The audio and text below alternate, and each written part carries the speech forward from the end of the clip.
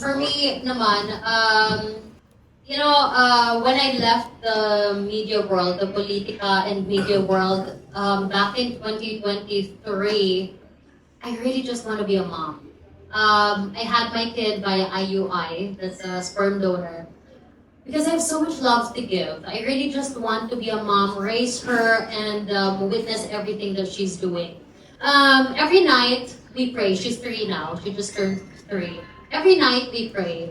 And every night meron kaming story time.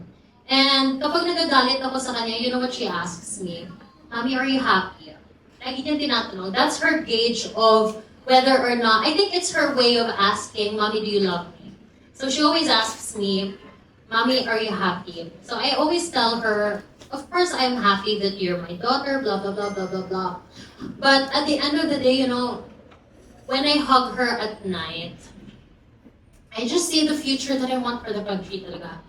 I've been playing with this kasi she has this thing na every time I leave na hindi siya kasama. Kasi kasama ko siya palagi. When I was starting with TGM and every day kasama ko siya to the point that she started calling Franco Dada because his kids called him Dada.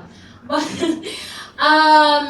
lagi siya nag-iiwan ng mga little things like drawing niya or her toys in my pockets. And that's her way of saying, Mommy, come back. Ang daming threat, especially when we were working on the episode, pagdating sa mga politiko, palagi may threat, palaging may nakakatakot.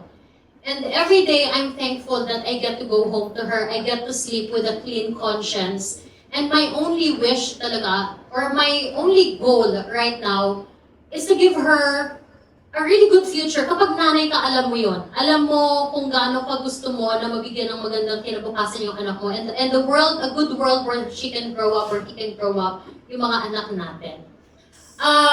Interestingly, karamihan ng mga vloggers, influencers, na sumisira sa akin, walang mga anak. I'm sorry, pangit din sila, pero wala silang anak, and I'm sorry. Okay, I'm kidding, of course. I'm kidding. No, but, kasi nalulungkot yung mga nasa harap. But, kapag nagkaroon ka na ng anak, kapag naramdaman mo na yung extension ng sarili mo, what God created you to do, it becomes bigger than yourself. And I want to raise my kid to be very proud of me. I want to raise her to be this kind of person na gusto lang gumawa ng tama. That's my motivation. I've said it before, lahat naman tayo mamamatay eventually, diba? But the worst death for me would be to die and then napunta ka sa impyerno kasama mo yung mga politiko. My gosh!